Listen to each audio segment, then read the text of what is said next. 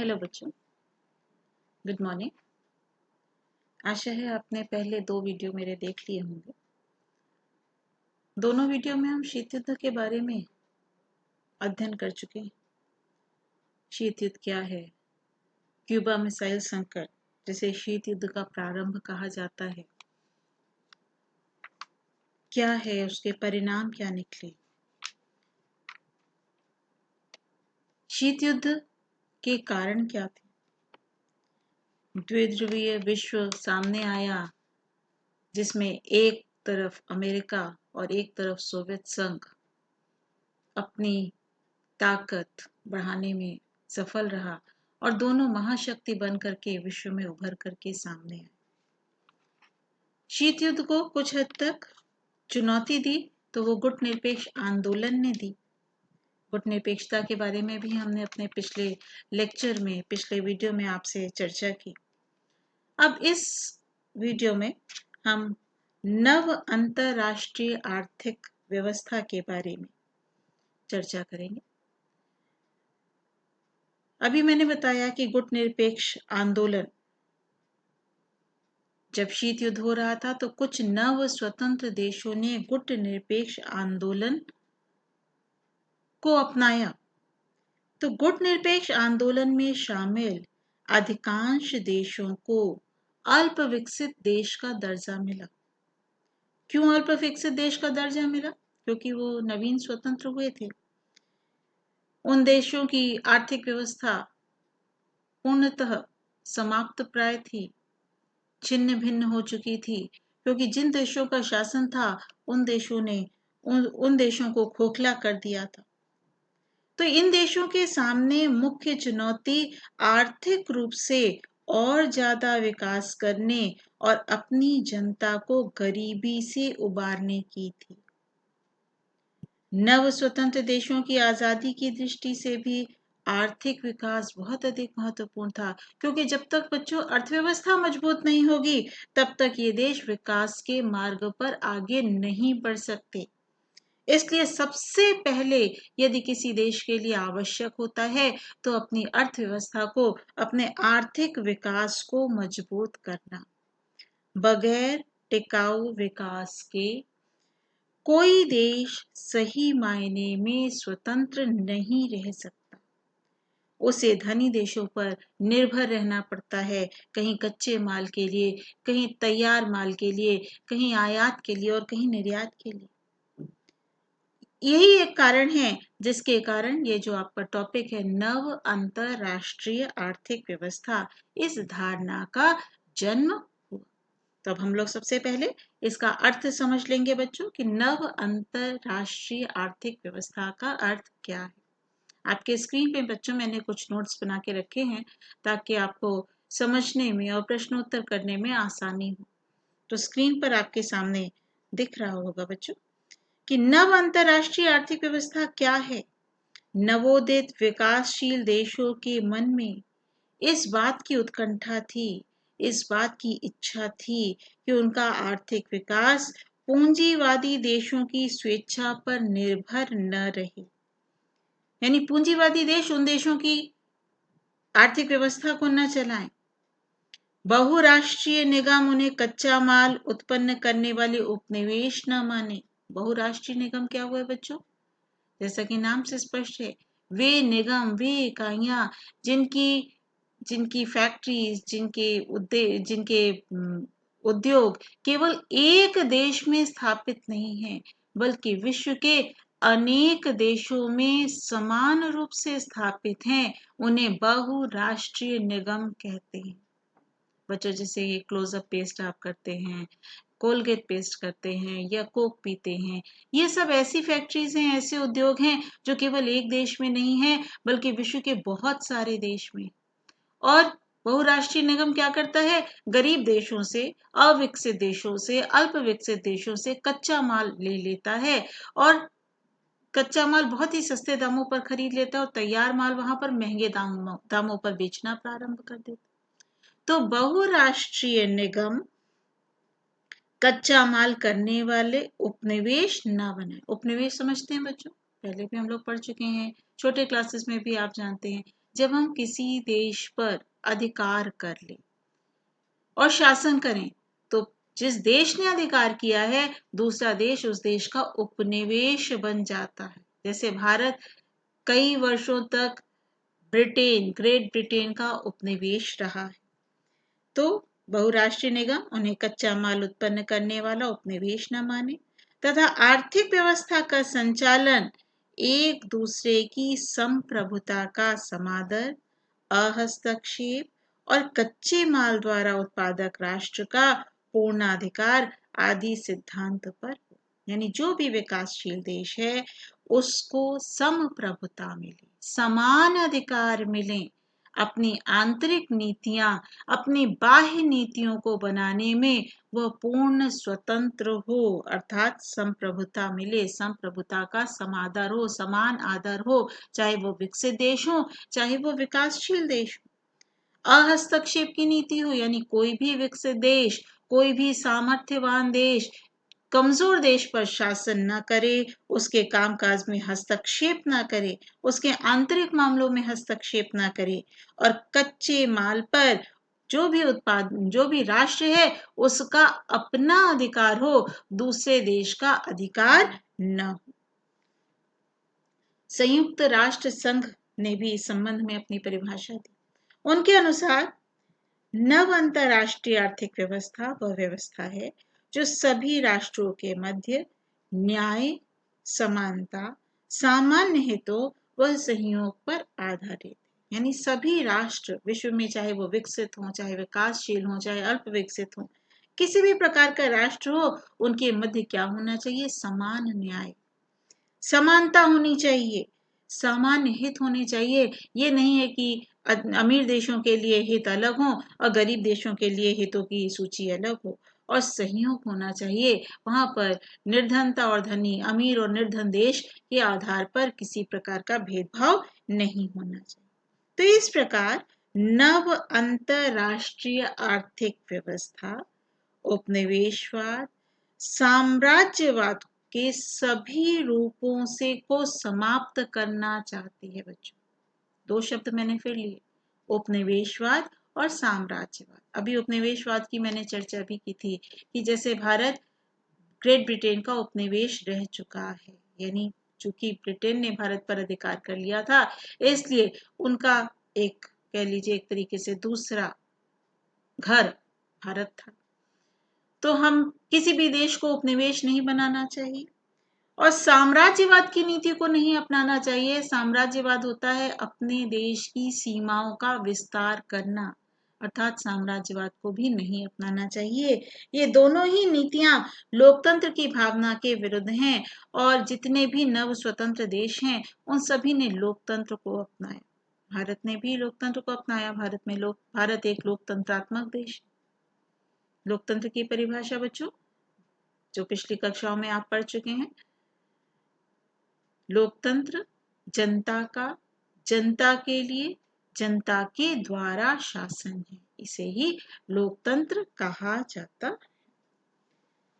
अब नव अंतरराष्ट्रीय आर्थिक व्यवस्था के मूल सिद्धांत क्या है?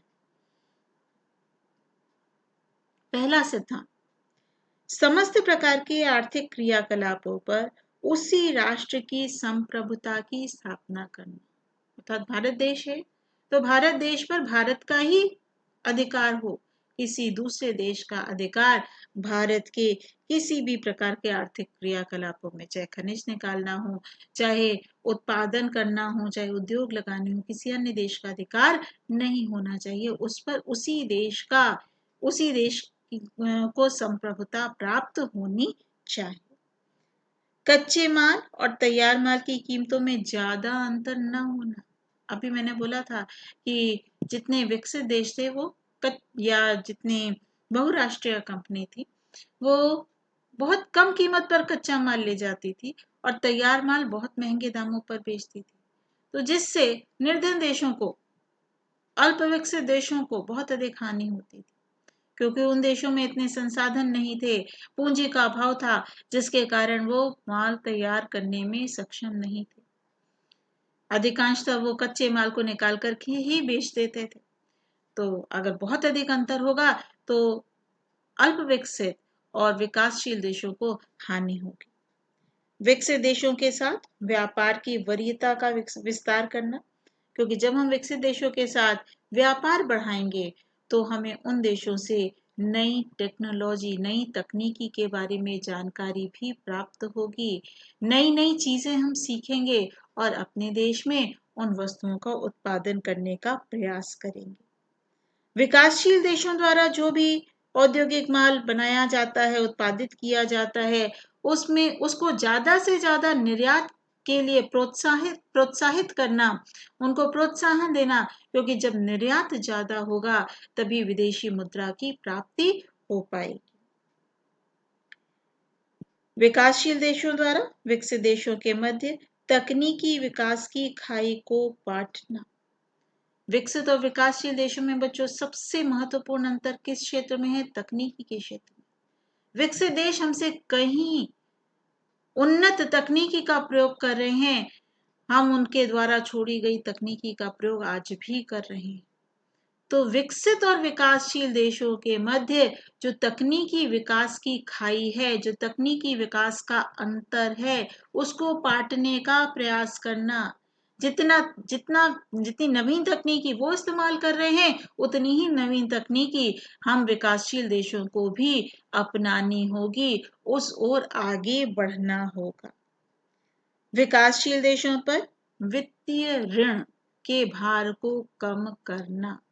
जब हम वित्तीय ऋण से उभर पाएंगे तभी हम अपने देश को विकास के मार्ग पर आगे कर पाएंगे।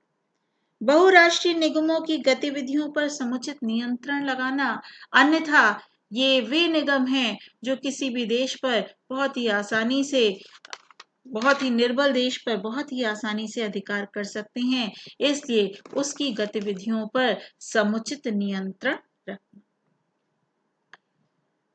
नव अंतरराष्ट्रीय आर्थिक व्यवस्था के आवश्यक तत्व।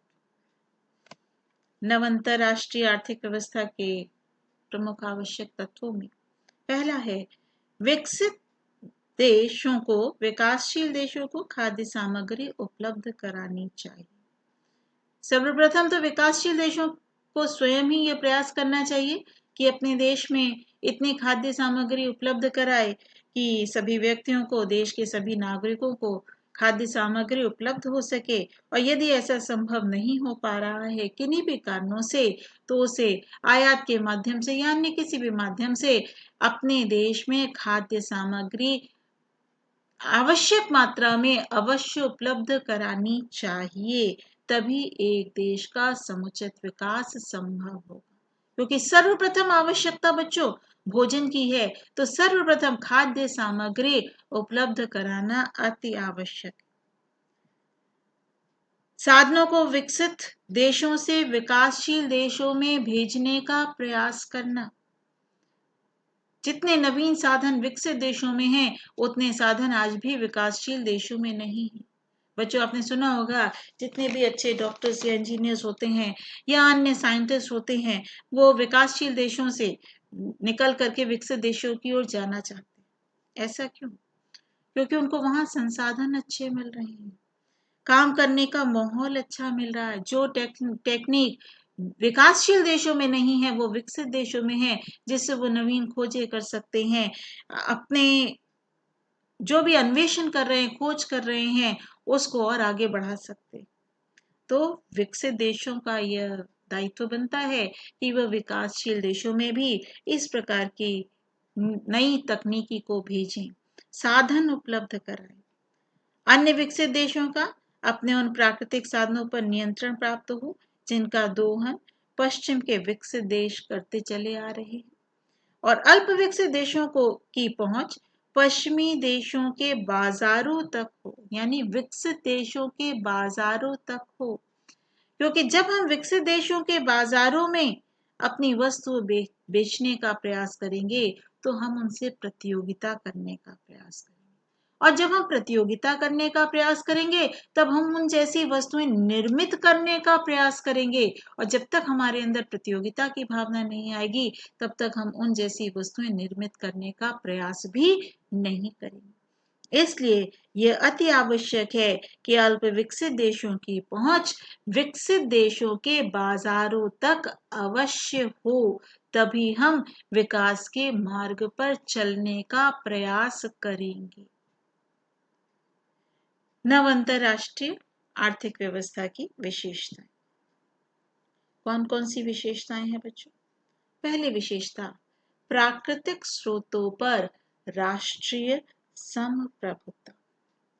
नव अंतरराष्ट्रीय आर्थिक व्यवस्था की एक बहुत ही महत्वपूर्ण विशेषता कि सभी अल्प विकसित तथा विकासशील राष्ट्र यह चाहते हैं कि उन्हें अपने प्राकृतिक स्रोतों पर राष्ट्रीय संप्रभुता मिल जानी चाहिए।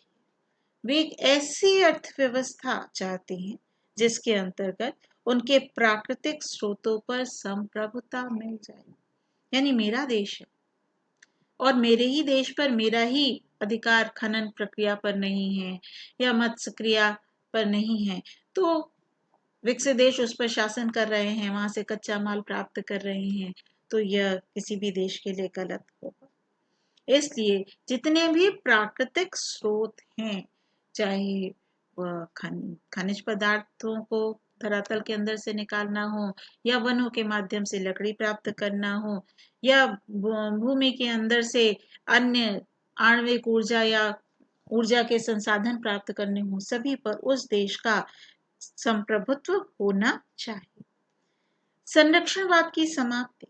नव अंतरराष्ट्रीय आर्थिक व्यवस्था की एक विशेषता यह भी है कि इसमें वर्तमान अर्थव्यवस्था की संरक्षणवाद की नीति को समाप्त कर दिया जाए। विकसित देश संरक्षणवाद की नीति को अपना करके विकासशील देशों के व्यापार को रोकते हैं। वे विकासशील देशों के सामने शुल्क संबंधी रुकावटें डालते हैं, उनके निर्यात को हतोत्साहित करते हैं। इसमें विकासशील देशों को दोहरी हानि उठानी पड़ती है।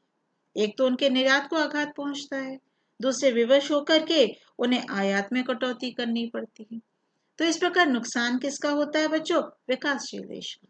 इसलिए जो ये विकसित देश किसी देश का संरक्षण कर रहे हैं, इसको पूरी तरीके से समाप्त हो जाना चाहिए और जो भी देश है उसे अपने पैरों पर खड़े होने के लिए पूरी आजादी दी जानी चाहिए। जनतंत्रीय स्वरूप। नव अंतरराष्ट्रीय आर्थिक व्यवस्था की एक विशेषता उसके जनतंत्रीय स्वरूप की वकालत करना है। वर्तमान अंतरराष्ट्रीय आर्थिक संस्थाओं में जैसे विश्व बैंक है या मुद्रा कोष, अंतरराष्ट्रीय मुद्रा कोष है, इसमें मताधिकार प्रणाली के कारण विकसित देश जैसे अमेरिका, सोवियत संघ, जर्मनी, जापान, इन सब का वर्चस्व बना हुआ है। वे इन संस्थाओं के निर्णयों को प्रभावित करते हैं और दूसरी तरफ जितने नव स्वतंत्र देश हुए, विकासशील देश, इन संस्थाओं को जनतंत्रवादी बनाने की वकालत करते हैं, लेकिन विकसित देश उनकी इन मांगों को लगातार ठुकरा रहे हैं। इसलिए यह प्रयास होना चाहिए कि ऐसी संस्थाओं में भी विकासशील देशों की भागीदारी को बढ़ाया जाना चाहिए। एक सामान्य कोष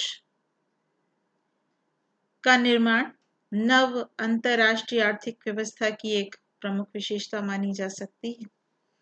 इसके द्वारा विकासशील देश अपने आर्थिक विकास को यदि स्थिर रखना चाहें तो वो इस कोष की मदद से, कोष मतलब तो समझते होंगे बच्चों, खजाने की मदद से एक कोष बना दिया जाए, एक ऐसा खजाना बना दिया जाए जिसमें यदि किसी विकासशील देश को आवश्यकता हो तो उस सामान्य कोष से कुछ मात्रा में मुद्रा, धन, पूंजी उधार लेकर के अपने देश का विकास करने में सहायक सिद्ध हो सकता है। तकनीकी का हस्तांतरण। नव अंतरराष्ट्रीय आर्थिक व्यवस्था की एक विशेषता विकासशील देशों में उचित तकनीकी का हस्तांतरण करना है। वर्तमान विश्व अर्थव्यवस्था में 95% तकनीकी पर आज भी बच्चों विकसित राष्ट्रों का स्वामित्व है। विकासशील देशों को विकसित देश तकनीकी निर्मित वस्तुएं बेचते हैं, वो तकनीकी नहीं बेचते।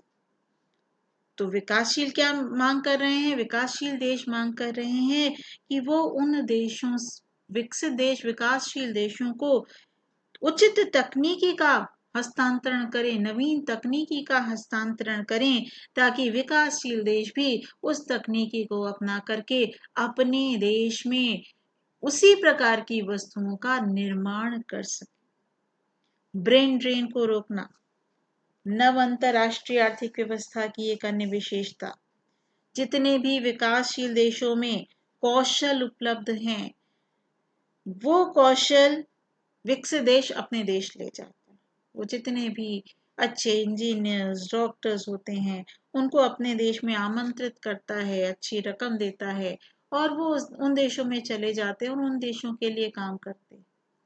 तो अगर वो विकासशील देशों में ही वो रहें, तो उससे नाम किसका होगा? विकासशील देशों का। तो ब्रेन ड्रेन को रोकना होगा। जो ब्रेन विकासशील देशों का है, जो ऐसे व्यक्ति काबिल हैं, जो विकासशील देशों से संबंध हैं, यदि उन्हें उचित तकनीकी, उचित माहौल दिया जाए, उचित संसाधन दिए जाएं, वो अपने देश में भी उतना ही विकास कर सकते हैं जितना वे विकसित देशों के विकास में मददगार हो सकते हैं। इसके अलावा दक्षिण में ऊर्जा के वैकल्पिक स्रोतों की खोज करना भी एक लक्ष्य हो सकता है, क्योंकि जितने ज्यादा ऊर्जा के संसाधन हम निकालेंगे, उतना ज्यादा विश्व आगे बढ़ने का प्रयास करेगा। क्योंकि आपको मालूम है, ऊर्जा के जो संसाधन हैं, वो धीरे धीरे, चाहे कोयला हो, चाहे पेट्रोलियम हो, खनिज तेल हो, ये धीरे धीरे समाप्त हो रहे हैं। इसका हम इतना अधिक उपभोग कर रहे हैं कि ये धीरे धीरे समाप्त हो रहे हैं। तो कोई ना कोई एक ऐसा समय आएगा जब ये साधन हमें प्राप्त नहीं होंगे, तब हम ऊर्जा का उपयोग कैसे करेंगे? तो हमें वैकल्पिक स्रोतों की खोज करनी होगी।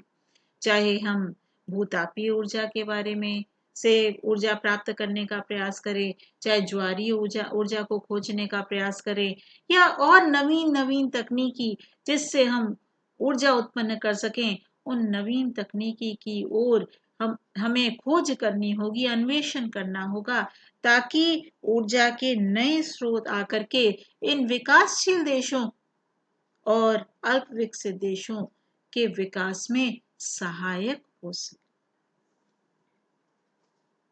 नव अंतरराष्ट्रीय आर्थिक व्यवस्था की स्थापना हेतु विभिन्न संगठनों द्वारा क्या क्या प्रयास किए गए? 3 आधारों पर हम इसके बारे में चर्चा करेंगे बच्चों। पहला, संयुक्त राष्ट्र संघ के स्तर पर। इसको समझने से पहले सबसे पहले आवश्यक है संयुक्त राष्ट्र संघ की स्थापना क्या हुई, इसका रिवीजन कर लेते हैं। कब स्थापना हुई बच्चों संयुक्त राष्ट्र संघ की? 1945 में। द्वितीय विश्व युद्ध के पश्चात, द्वितीय विश्व युद्ध कब से कब तक चला? 1939 से 1945 तक। द्वितीय विश्व युद्ध के बाद अपार धन जन की हानि को देख करके विश्व नेताओं ने यह महसूस किया कि इस प्रकार का युद्ध दोबारा न हो, तो उन्होंने एक संस्था की स्थापना की और उस संस्था को नाम दिया संयुक्त राष्ट्र संघ। 24 अक्टूबर 1945 को संयुक्त राष्ट्र संघ की स्थापना की गई। तब से ये अपने इस उद्देश्य में सफल रहा है, क्योंकि बच्चों 2 ही विश्व युद्ध हुए, तीसरा विश्व युद्ध नहीं हुआ, और संयुक्त राष्ट्र संघ का ये प्रयास रहता है कि विश्व युद्ध न। लेकिन अब इसके बहुत सारे उद्देश्य। तो संयुक्त राष्ट्र संघ के स्तर पर यह प्रयास किया गया कि जो नव अंतरराष्ट्रीय आर्थिक व्यवस्था है, इसके स्तर पर अंकटाड और यूएनआईडीओ के माध्यम से अनेक प्रयत्न किए गए। अंकटाड क्या है बच्चों? UNCTAD, UNCTAD, United nation conference on trade and development.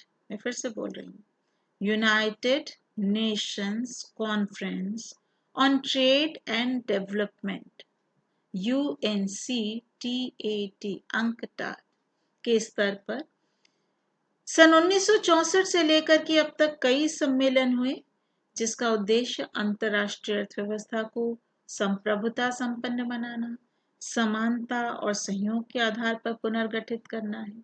जिससे इसको न्याय पर आधारित बनाया जा सके। सन 1972 में संयुक्त राष्ट्र संघ के व्यापार और विकास से संबंधित सम्मेलन में towards a new trade policy for development शीर्षक की रिपोर्ट में वैश्विक व्यापार प्रणाली में सुधार का प्रस्ताव किया गया था और उस रिपोर्ट में कहा गया था कि सुधारों में के लिए आवश्यक है कि अल्प विकसित देशों को उनके प्राकृतिक साधनों पर नियंत्रण प्राप्त हो, जिसका दोहन आज भी पश्चिमी देश कर रहे हैं। इसमें अल्प विकसित देशों की पहुंच पश्चिमी देशों के बाजारों तक होनी चाहिए। इन सुधारों में पश्चिमी देशों से मंगाई जा रही प्रौद्योगिकी की लागत की कीमत कम हो।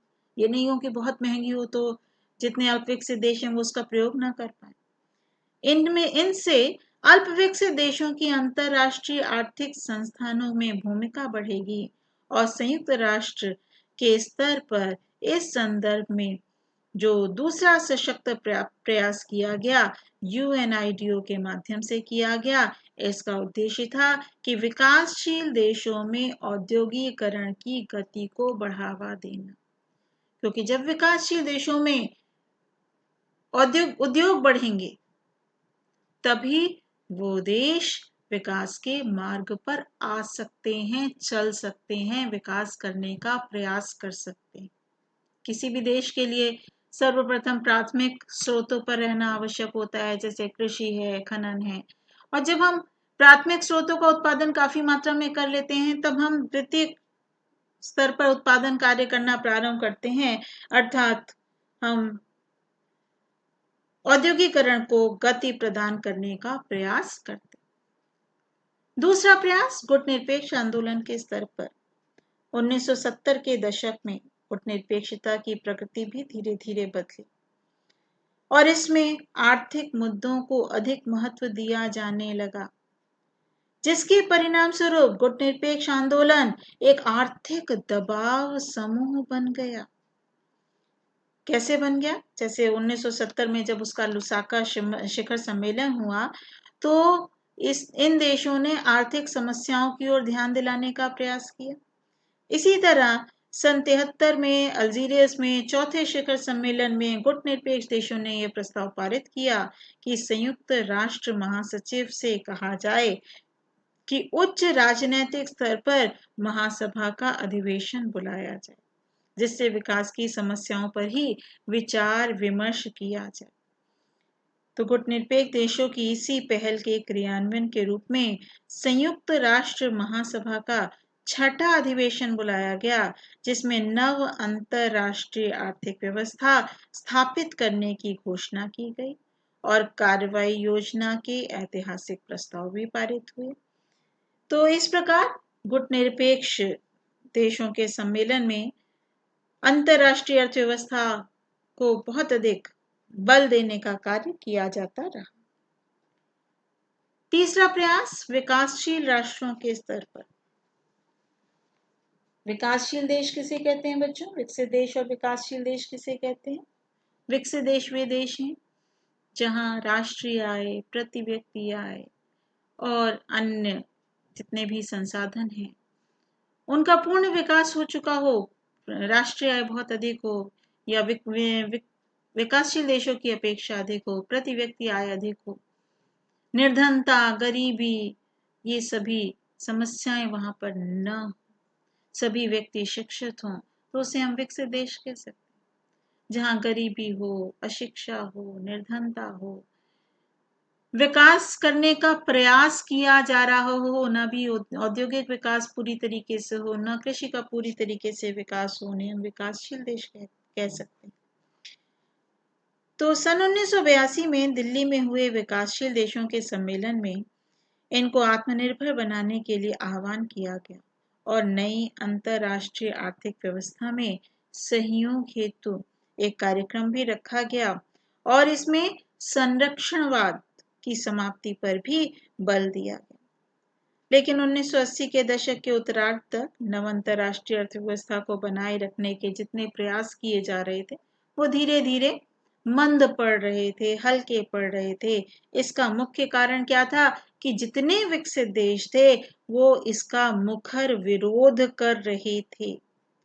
विकसित देश एक स्वर में विरोध कर रहे थे, जबकि विकासशील देशों को तथा गुटनिरपेक्ष देशों को इस विरोध के बीच अपनी एकता बनाए रखने के लिए जी तोड़ मेहनत करनी पड़ रही।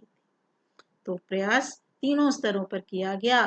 संयुक्त राष्ट्र संघ के स्तर पर भी प्रयास किया गया, गुटनिरपेक्ष आंदोलन के स्तर पर भी प्रयास किया गया और विकासशील राष्ट्रों के स्तर पर भी प्रयास किया गया।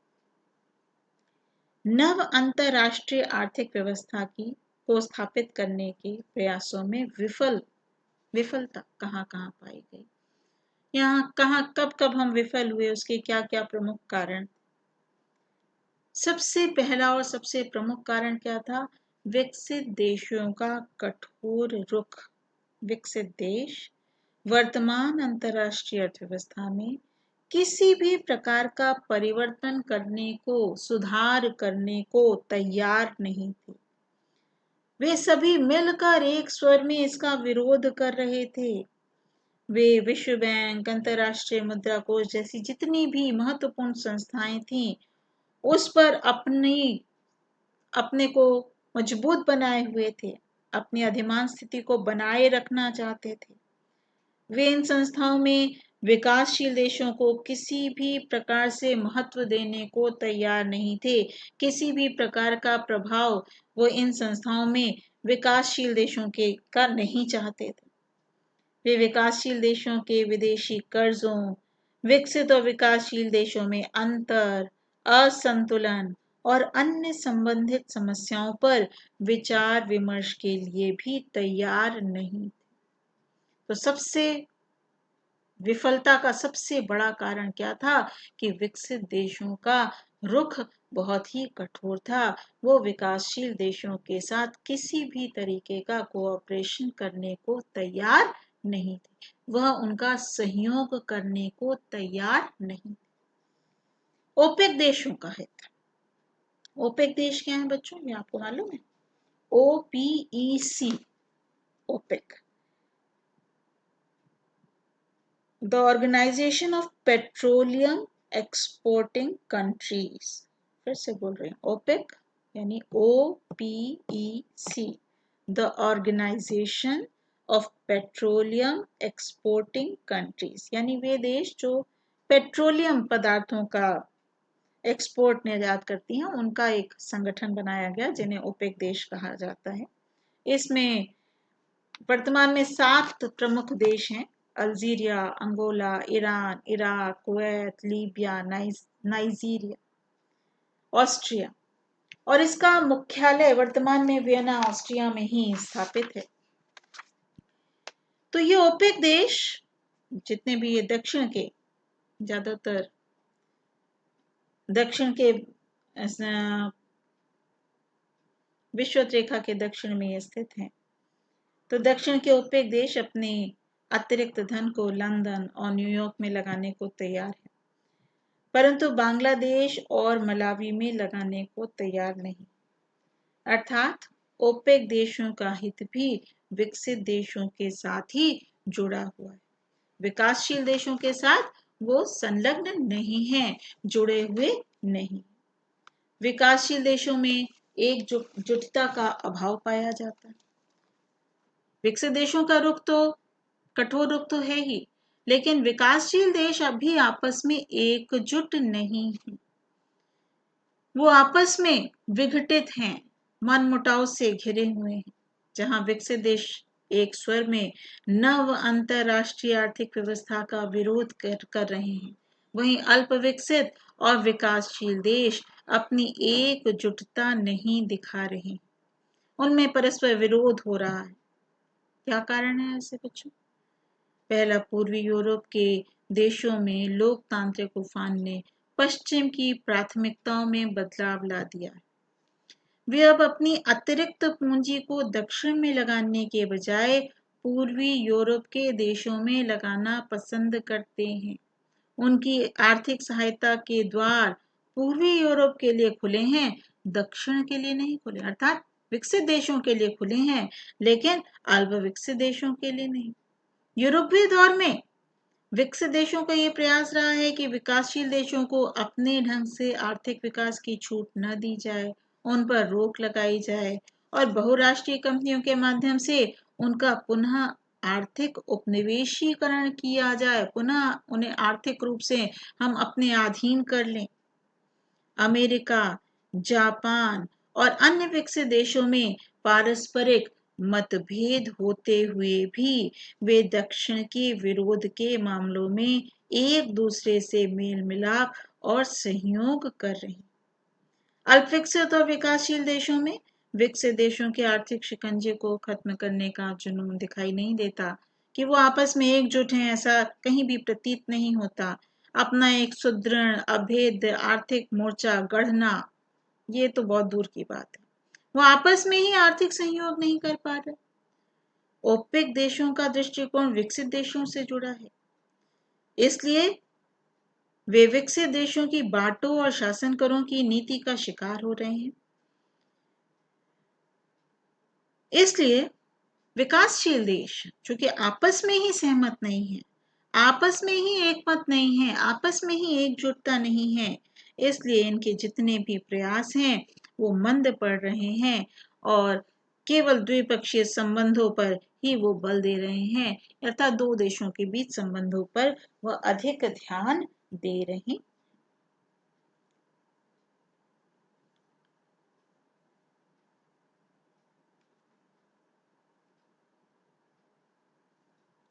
भारत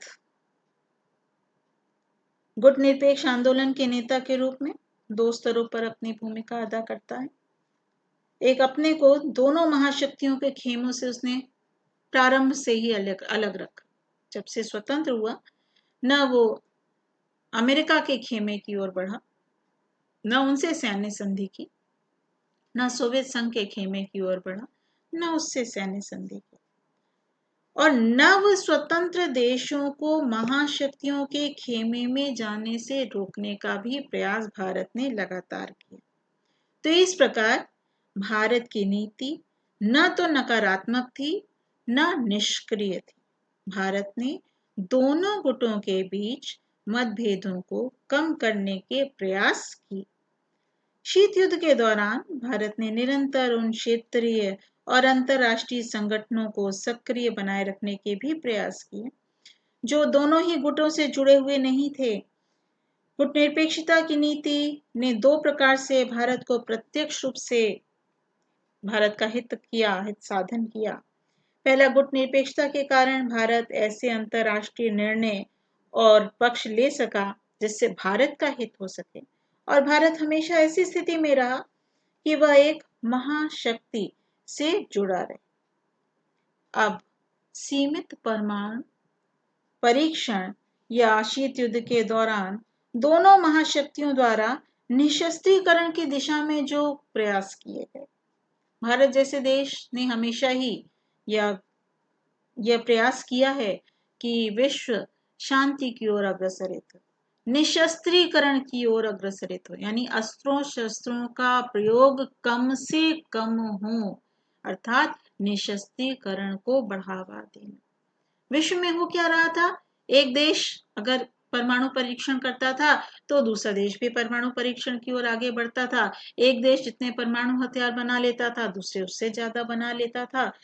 तो परिणाम स्वरूप विश्व के सभी देशों में परमाणु बम बनाने की होड़ सी लग गई। तो शीत युद्ध के दौरान जब ये महसूस हुआ तो दोनों महाशक्तियों अर्थात अमेरिका और सोवियत संघ ने निशस्त्रीकरण की दिशा में कुछ प्रयास प्रारंभ किए। उन्होंने कुछ संधि की।